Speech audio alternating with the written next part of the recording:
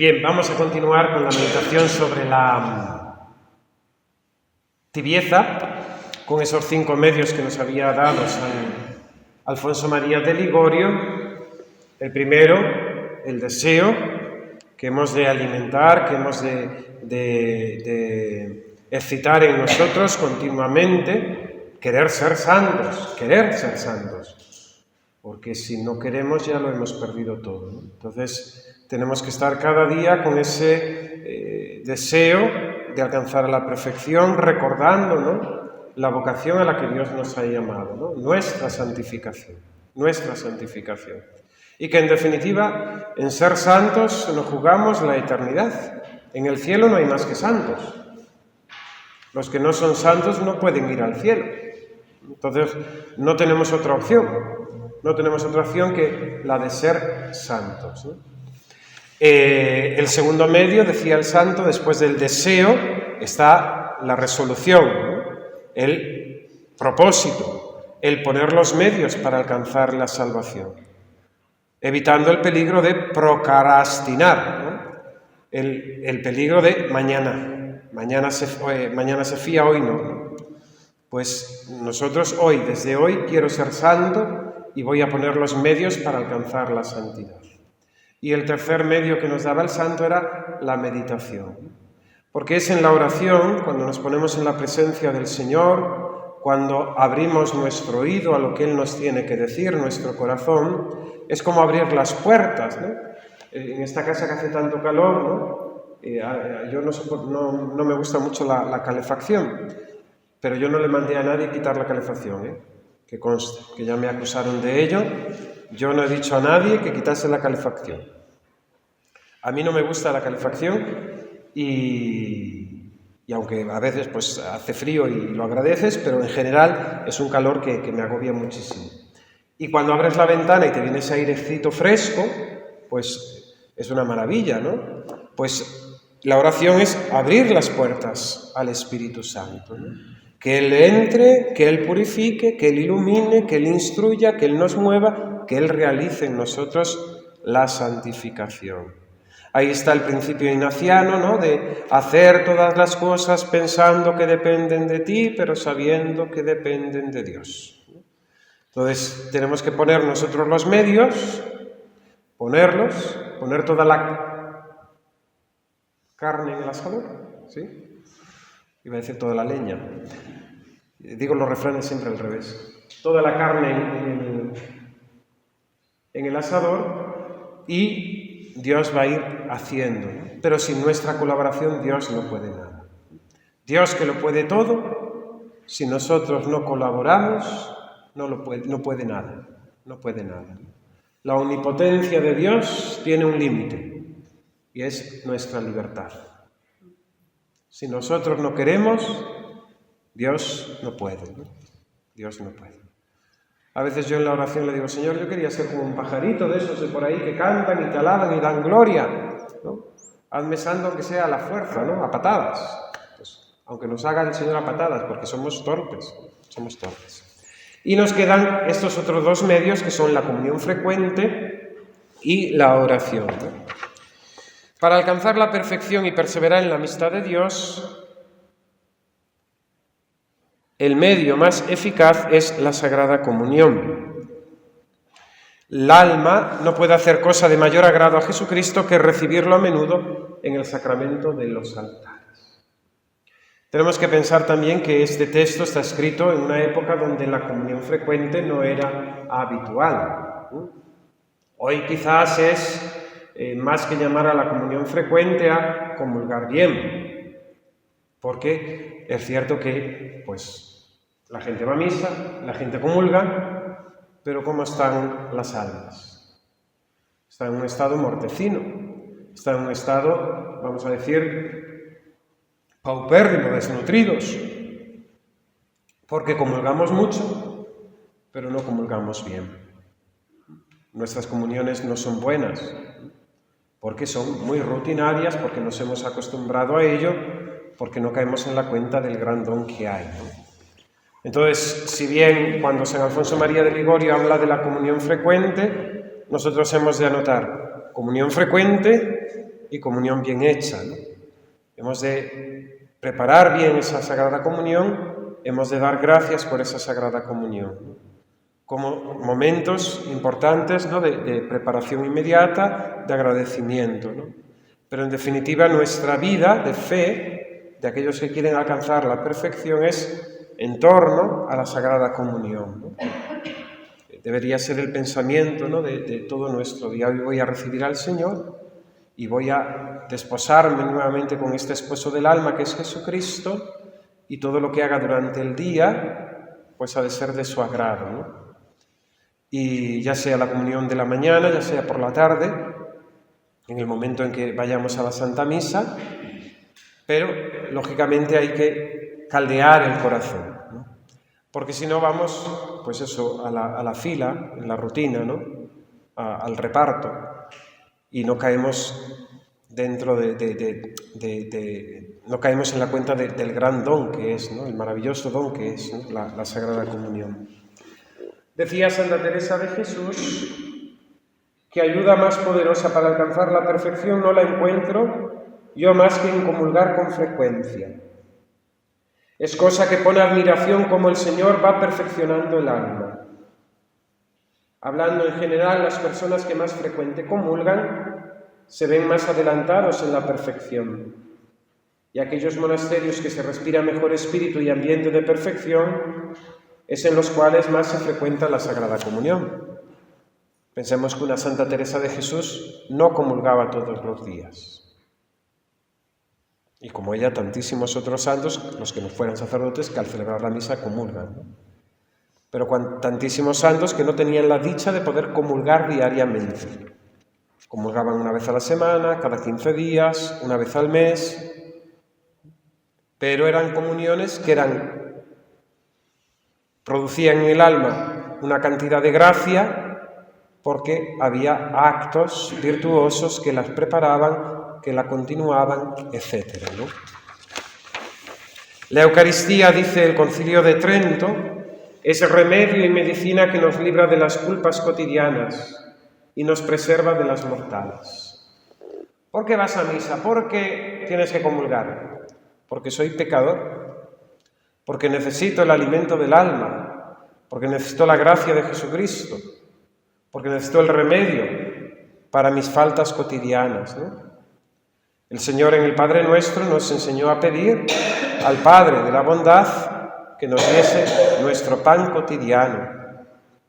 Y antes de entenderlo como el pan de comer, el alimento diario, hemos de entenderlo como el pan de la Eucaristía, ¿no?, el cuerpo y la sangre del Señor. Ya lo dije el otro día, ¿verdad?, con estas meditaciones del Padre Tornelli que estamos haciendo este mes con la Inmaculada, ¿no? Nunca me había parado ya a pensar en eso, ni lo había leído, ¿no? En el jardín del Edén había un árbol de la vida, un árbol de la ciencia y del bien, cuyo fruto no se podía comer. Ahora, en la época de la redención, venido Jesucristo, hay un fruto en la Iglesia, fruto del árbol de la cruz, del sacrificio de Cristo, bendito, fruto de las entrañas de la Virgen Santísima, Inmaculada, que se nos da para alimento, que sí que tenemos que comer, se nos da el mandato de comerlo, porque quien lo come vivirá eternamente, ¿no? San Bernardo dice que la comunión reprime los ímpetus de la cólera y de la incontinencia, ¿no? En definitiva, el comulgar todos los días y comulgar bien acaba siendo como esas correas, ¿no?, que detienen nuestras pasiones, ¿no?, como las correas del caballo, ¿no? En definitiva, nos sujetan, ¿no?, porque es una responsabilidad, porque es una gracia, porque estamos bendecidos por Dios, ¿no? Tenemos a Dios dentro de nosotros, lo hemos recibido, y por tanto no nos podemos dejar llevar rápidamente por los impulsos de nuestras pasiones.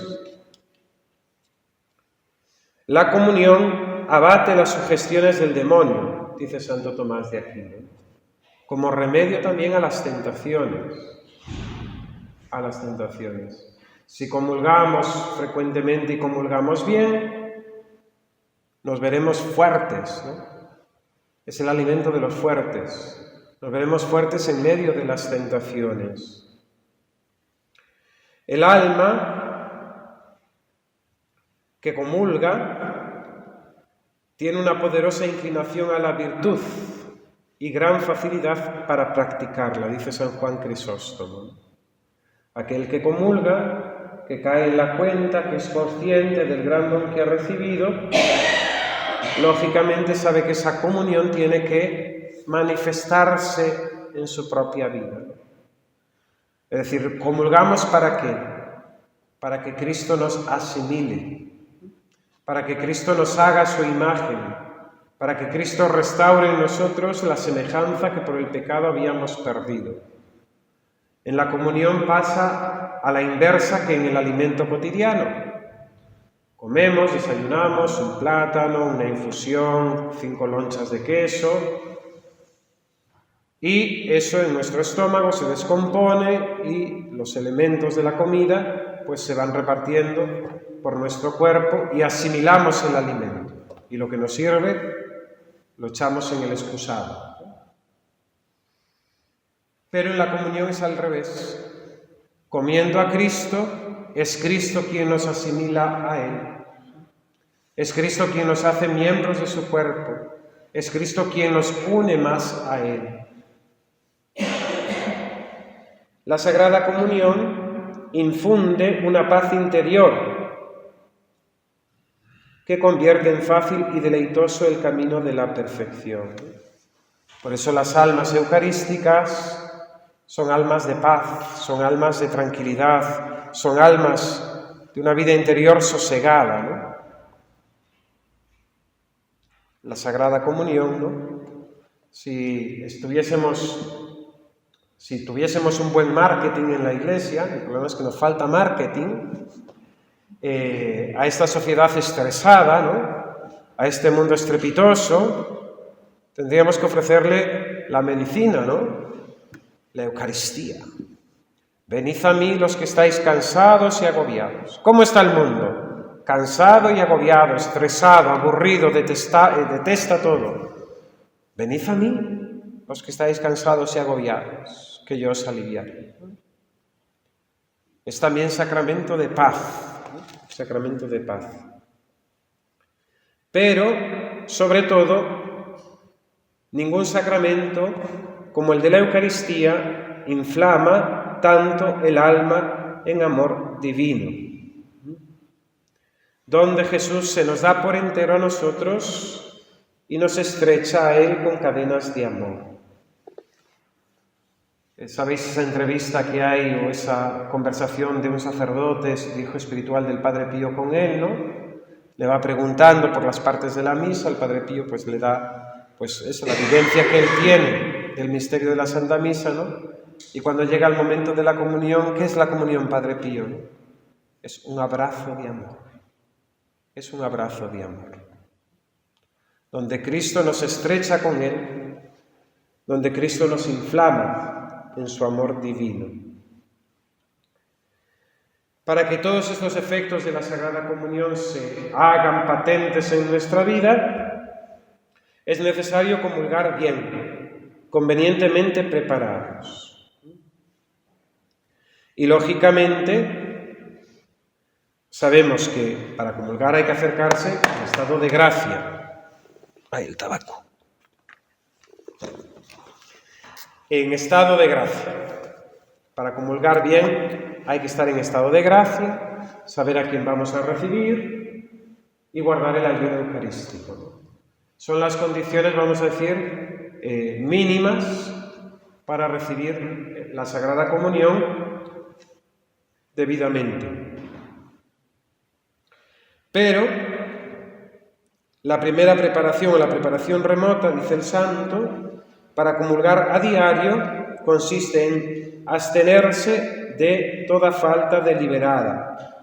Hemos hablado de esa tibieza inevitable, que son las distracciones, que si pequeñas murmuraciones, que si mentiras piadosas. Si queremos comulgar, tenemos que luchar contra esas faltas deliberadas. Las inevitables pues lógicamente en cuanto caigamos, ya dijimos, humillarnos, detestarlas y proponernos en la medida de lo posible no volver a cometerlas. Pero aquellas que son deliberadas, tenemos que eliminarlas. Tenemos que eliminarlas si queremos realmente que la comunión sea fructuosa en nosotros. Abstenernos de toda falta, deliberada. En segundo lugar, acompañar la Sagrada Comunión con la oración mental, con la meditación. Y en tercer lugar, la mortificación de sentidos y de pasiones. Entonces, para que la Sagrada Comunión realice toda esta maravilla de su gracia en nosotros y no encuentre obstáculo, tenemos esas tres condiciones. Evitar faltas deliberadas, si lo queremos poner en parte positiva, vivir en ese deseo y en ese propósito concreto de alcanzar la santidad. Acompañar la Sagrada Comunión con la meditación y acompañarla también con la mortificación. El ayuno eucarístico, sabéis que hoy está reducido a 1 hora como mínimo, ¿no? En definitiva, el ayuno eucarístico quiere preparar nuestro cuerpo físicamente, pero también quiere crear en nosotros una disposición de mortificación para recibir a Cristo y que Él, que viene como fruto de su sacrificio, dé vida en nosotros, ¿no? Dé vida en nosotros. Dice San Francisco de Sales que se puede conceder la comunión diaria a quien ha vencido la mayor parte de sus malas inclinaciones y ha adquirido rico caudal de perfección. Pero, dice Santo Tomás, que bien puede comulgar diariamente quien por experiencia sabe que comulgando se le aumenta el fervor de la caridad. La comunión, ya dijimos el otro día, es para 2 personas. Para los perfectos, es decir, para aquellos que ya son almas santas, que necesitan seguir perfeccionándose, y para los enfermos, para nosotros, que necesitamos la medicina de la gracia para salir de nuestra enfermedad.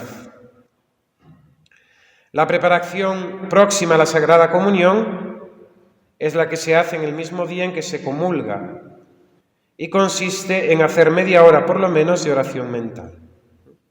Se habla de una preparación remota, se habla de una preparación próxima, ¿no? En definitiva, nuestra vida, somos la mayoría personas de misa diaria, pues nuestro día a día tendría que ir continuamente entre prepararnos a la comunión y dando gracias de la comunión, preparándonos para la comunión y dando gracias de la comunión, haciendo de la Sagrada Comunión el centro de nuestro pensamiento. El centro de nuestro pensamiento. Porque aquí está encerrado el secreto de la santificación. No encuentro mayor medio, dice Santa Teresa, hemos dicho, para alcanzar la perfección que la comunión diaria, ¿no? Que la comunión frecuente. Para que la Sagrada Comunión cause los efectos maravillosos que hemos dicho, hemos de emplearnos por prolongado rato en acción de gracias. Y aquí ni los curas damos ejemplo, porque andamos corriendo de un lado para otro, ¿no? Hay que celebrar misas, hay que ir a no sé dónde, que no sé cuándo. El reposar, que esa Sagrada Comunión que hemos recibido, entrar en esa conversación con el Señor. Comenta Santa Teresa de Jesús en Camino de Perfección, ¿no? Que ese momento de la Sagrada Comunión es el momento más importante de nuestra vida, ¿no? Porque tenemos al Rey de cielos y tierra dentro de nosotros. Entonces, es como si el Rey viniese a nuestra casa, ¿no?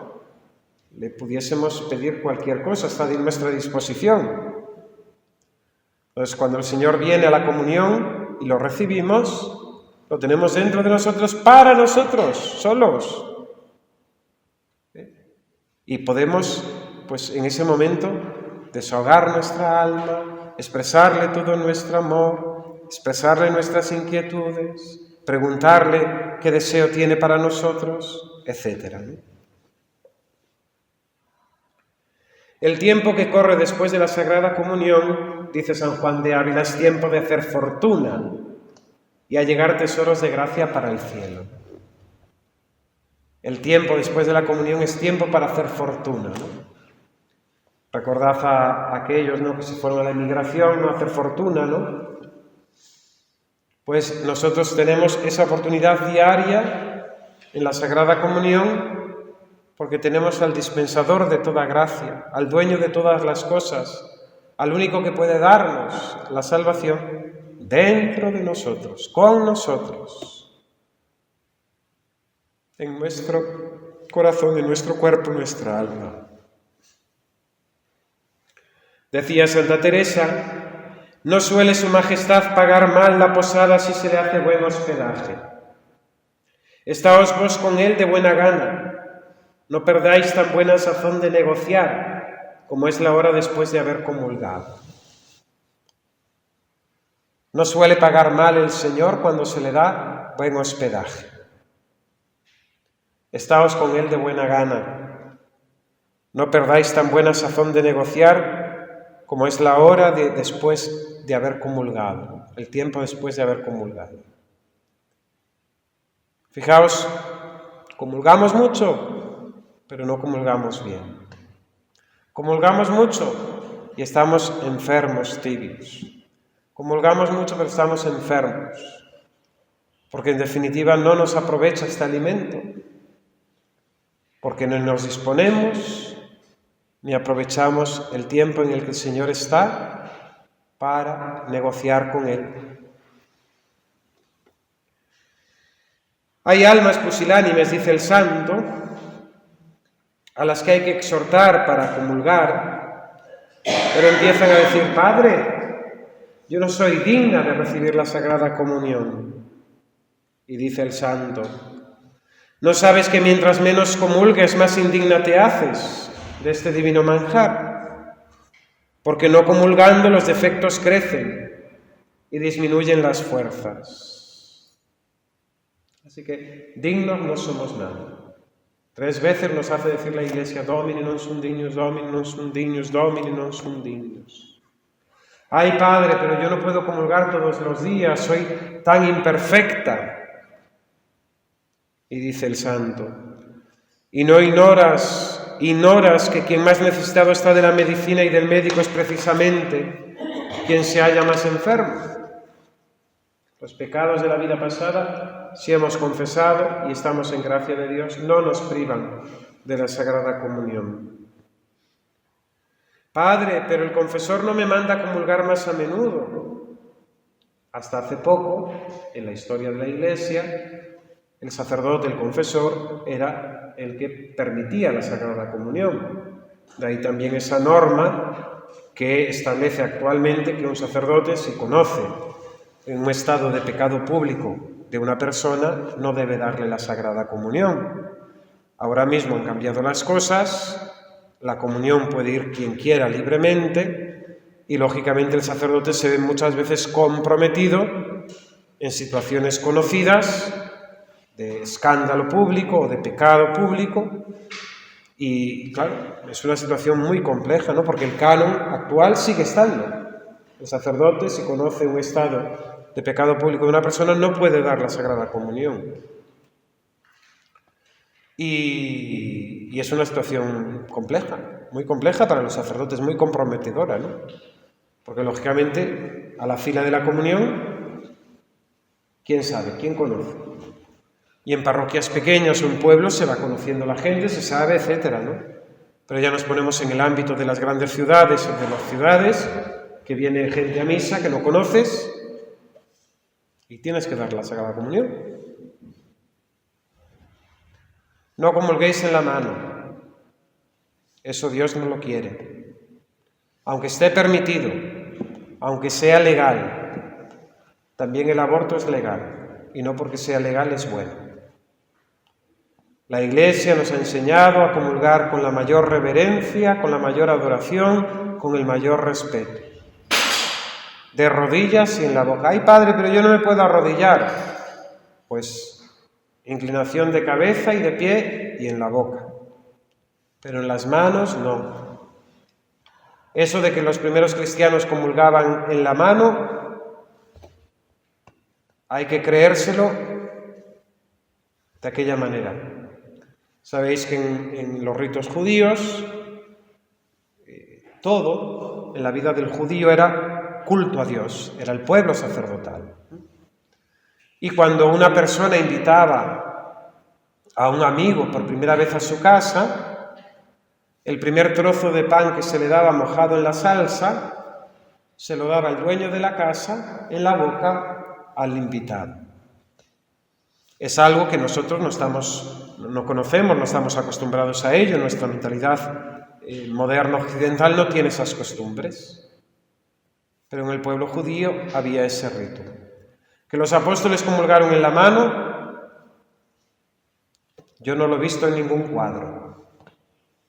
No hay fotos de eso. Que los primeros cristianos comulgaban en la mano, yo tengo mis reparos, ¿no?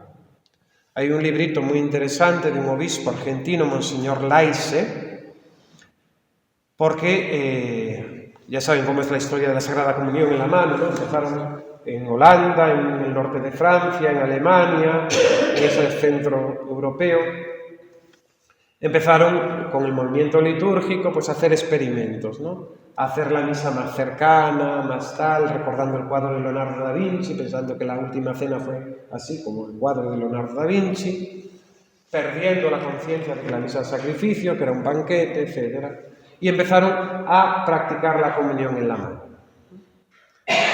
Entonces hay una petición de los obispos en tiempos de Pablo VI diciéndole que se permita la comunión en la mano.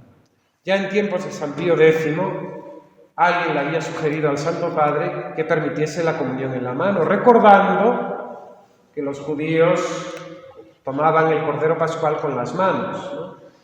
Y el Santo Padre, San Pío X, le dijo, sí, comían el Cordero porque era figura, nosotros de rodillas en la boca porque recibimos a Dios. Entonces Pablo VI, que era contrario a esa práctica, hace una consulta a los obispos del mundo, mayoritariamente rasante, dicen que no, pero los malos insisten, ¿no? Y finalmente, después de 3 intentos, Pablo VI publica un indulto. Quien sepa de leyes sabe que un indulto es aquello que era delito, se hace una ley para declarar que lo que antes estaba penado, con excomunión, deja de estar penado, ¿no? Y se asume esa costumbre en contra de la ley. Se hace lícita, pero no porque la Iglesia quiera que la gente comulga en la mano. El Papa publica eso. Dice, a las conferencias episcopales les corresponde la petición de implantar este indulto si en sus lugares hay esa costumbre. ¿Cuál fue el efecto de todo eso? Vinieron curas, progres, monjas pepis y como parecía que más moderno. Yo recuerdo de niño en mi parroquia, nadie comulgaba en la mano. Cuando venía alguien de fuera, comulgaba en la mano. Y claro, eran pues esos que venían en el verano de Madrid o no sé cuándo, pero en mi parroquia nadie comulgaba en la mano. Claro, parecía lo más moderno.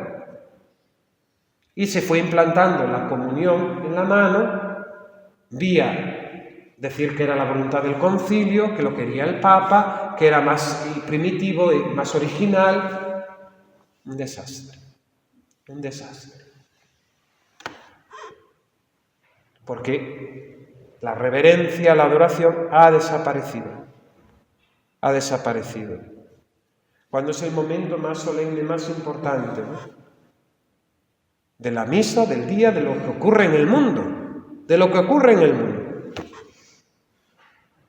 La misa, la Sagrada Comunión, es el acto más importante que sucede cada día en la historia de la humanidad.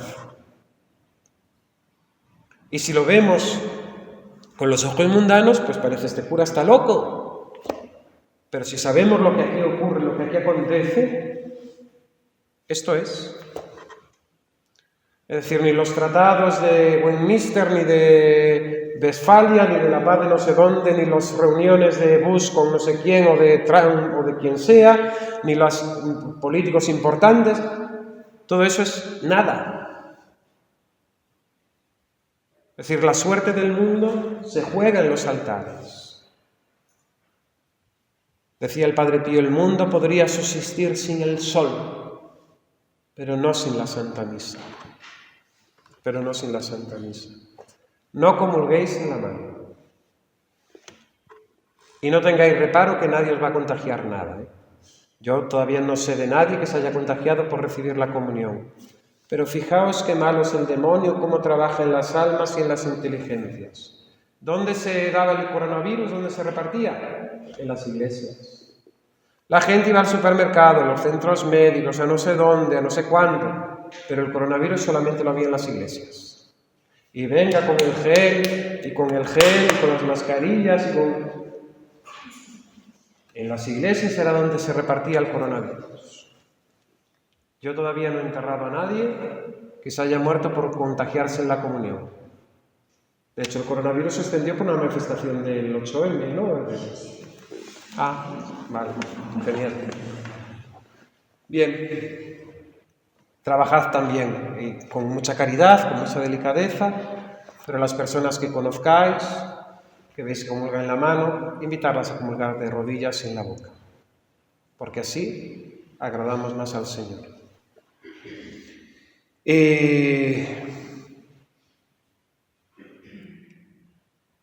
Me enrollo demasiado. El confesor no me manda a comulgar más, pero si él no te manda, pídeselo tú. Padre, pero esto suena a soberbia. Lo sería si quisieras comulgar contra su parecer, pero cuando se lo suplicas humildemente, es porque tienes hambre de él, ¿no? Como el niño que pide el alimento a su padre. Jesús quiere ser deseado, tiene sed de que estemos sedientos de él, ¿no? Ese grito de Cristo en la cruz, tengo sed. Sí, tío, tengo sed, ¿no? Padre, pero si no tengo fervor, no siento, ¿no? Y dice, si hablas del fervor sensible, no te es necesario. Ni Dios lo da siempre aún a las almas predilectas. Basta que tengas el fervor que supone una voluntad resuelta de entregarse del todo a Dios e ir creciendo en el amor divino. Quien se priva de comulgar porque no sienta devoción, y entendemos externa, sensible, se asemeja a aquel que está frío y no se acerca al fuego. ¿Cuántas almas también tristemente por no sentirse obligadas a vivir más santamente, más recogidas, más desprendidas, dejan de comulgar con frecuencia? A mí me llama mucho la atención, como sacerdote. Gente de misa dominical que viene a la iglesia, que en principio, por lo que yo conozco, pues eso, no están viviendo en adulterio, ni son estafadores, ni son empresarios que retengan el sueldo de sus trabajadores. También eso es pecado público y el sacerdote está obligado a no dar la comunión, como los políticos que están a favor del aborto.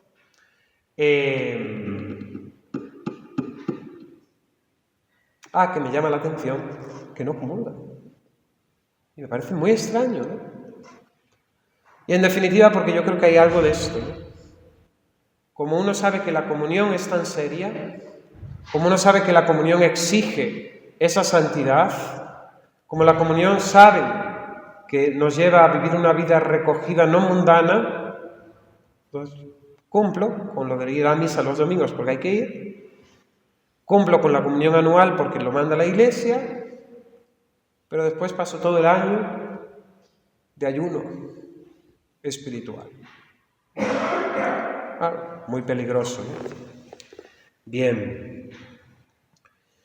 Ayuda también mucho para conservar el alma en el fervor hacer muchas veces la comunión espiritual. Si no podemos ir a la Santa Misa o incluso durante el día, alimentar ese deseo de la Sagrada Comunión y de presencia del Señor con la comunión espiritual, ¿no? A mí me gusta mucho, y en este tiempo de Adviento a veces predico de ello, ¿no? Esa comunión espiritual que la usan mucho en el Opus, pero no es de San José María, es una comunión espiritual tradicional, ¿no? Yo quisiera, Señor, recibiros con aquella pureza, humildad y devoción con que os recibió vuestra Santísima Madre, con el espíritu y el fervor de todos los santos. La comunión es el adviento del Señor que viene a nosotros para llenarnos de sus dones, para salvarnos, para santificarnos, para llenarnos de su fervor. La comunión espiritual consiste en el ardiente deseo de recibir a Jesucristo en el Santísimo Sacramento, por lo que los santos acostumbraban a renovarla diaria y frecuentemente, ¿no? Se puede practicar muy a menudo al día, y esto nos llena, ¿no?, de fervor, ¿no? El mismo hecho de cuando pasamos por una iglesia o el pensamiento mientras estamos tecleando en el ordenador o atendiendo, desasnando niños, pensar en la Sagrada Comunión. Yo quisiera, Señor, recibiros con aquella. Las tempestades se amainan y las tentaciones se pierden fuerza y uno saca fuerzas para seguir trabajando y seguir poniendo buena cara. Señor, yo quisiera recibiros. La comunión espiritual. Y termino brevísimamente el quinto medio para conservar la vida espiritual y librarnos de la tibieza es la oración, ¿no? Es la oración de petición, en definitiva. Hemos hablado de la meditación, que es el discurrir sobre las cosas de Dios, sobre sus misterios, y en definitiva, más que lo que nosotros hagamos, es escuchar lo que Dios quiera decirnos. La oración en cuanto a petición a Dios de favores y de gracias, ¿no? La oración es omnipotente ante Dios para alcanzar toda suerte de bienes, ¿no? El que reza obtiene de Dios cuanto quiere. Si de tu parte no falta la oración, ten por cierto que tampoco faltará la misericordia divina. La oración, para ser escuchada por Dios, tiene que ser oración humilde. Y esta oración humilde alcanza todo de Dios. Y no olvidemos que no solo es útil, sino necesaria para salvarnos. El que ora se salva y quien no ora no se salva. La oración es necesidad de precepto, dice el santo, y necesidad también de medio. Es decir, que sin oración es imposible salvarse. Y la razón es esta, que sin el auxilio de la divina gracia es imposible alcanzar la salvación. Y este auxilio Dios solamente lo concede al que se lo pide. Y como las tentaciones y peligros de caer en desgracia de Dios son continuos, continua de ser nuestra oración.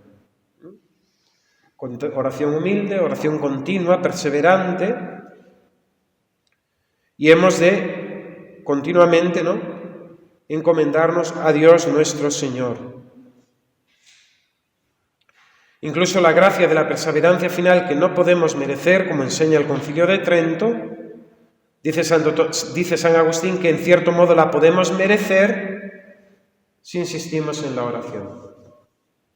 Si nosotros le decimos al Señor, Señor, sálvame, sálvame, sálvame, sálvame, sálvame, como la viuda esa del Evangelio, con el juez injusto. Es decir, el Señor, por no oírnos, cállate niño, pues el Señor nos salva. Nos atenderá el Señor, le moveremos. Si es un corazón de padre.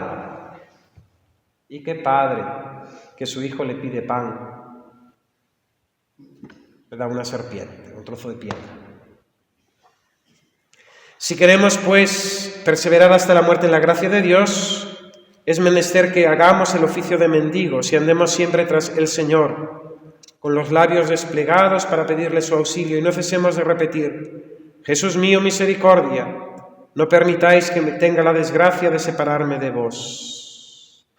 No me apartes, que no me aparte de ti, ¿no?, como dice el alma de Cristo, ¿no? O la oración que dice el sacerdote también antes de la Sagrada Comunión: que jamás me aparte de ti, que jamás me aparte de ti. Hemos de orar sobre todo y aumentar nuestra oración de petición en tiempos de tentaciones. Hemos de tener gran confianza en la oración porque Dios prometió escuchar a quien le ruega. Pedid y recibiréis, llamad y se os abrirá. Incluso, es decir, aun siendo nosotros pecadores, podemos confiar en la misericordia de Dios, que promete escuchar a quien le ruega y perdonar a quien le pide perdón. No tengamos miedo, no nos dejemos llevar por la tentación de que Dios no nos escucha, no nos atiende. Nosotros no tenemos ningún título, ¿no?, para pedir gracias divinas. Se lo pedimos en nombre de ¿quién? De Jesucristo. Él es nuestro abogado ante el Padre. En nuestra oración de petición hemos de tener un orden y, en primer lugar, hemos de pedir las gracias necesarias para nuestra salvación. Y las temporales, en cuanto que valgan, sirvan, nos convengan para nuestra salvación. Es decir, Dios, las gracias necesarias para nuestra salvación nos las va a dar siempre. Las gracias temporales que le vamos a pedir: Señor, quítame el dolor de la cadera, Señor, que me toque la lotería, Señor, déjame viuda. Eso el Señor nos lo va a dar tanto en cuanto nos convenga para la salvación.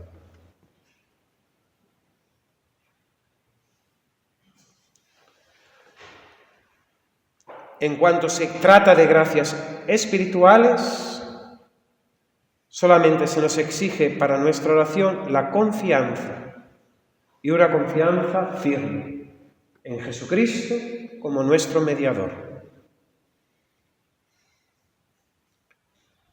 Y lógicamente, siempre nuestra oración de petición ha de ir acompañada, ¿no?, de aquella que es abogada nuestra, ¿no?, nuestro auxilio y protectora, nuestra Madre del Cielo, nuestra intercesora, María Santísima.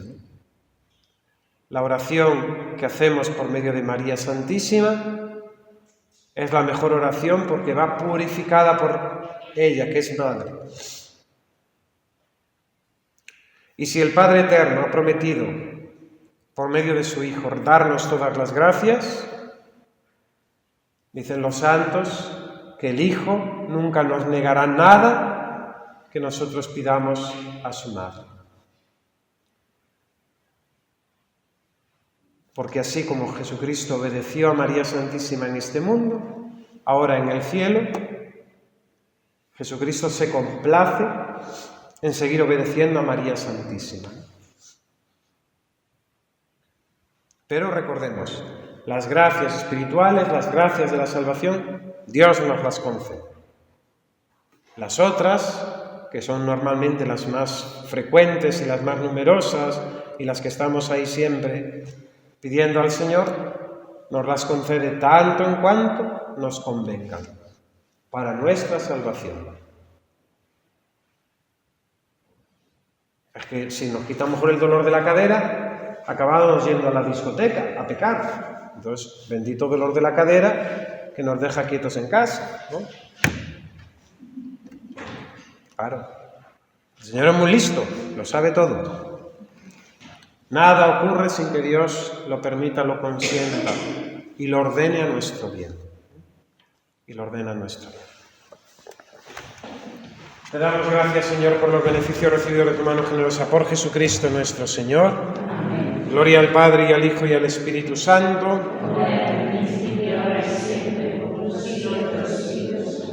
Ave María Purísima.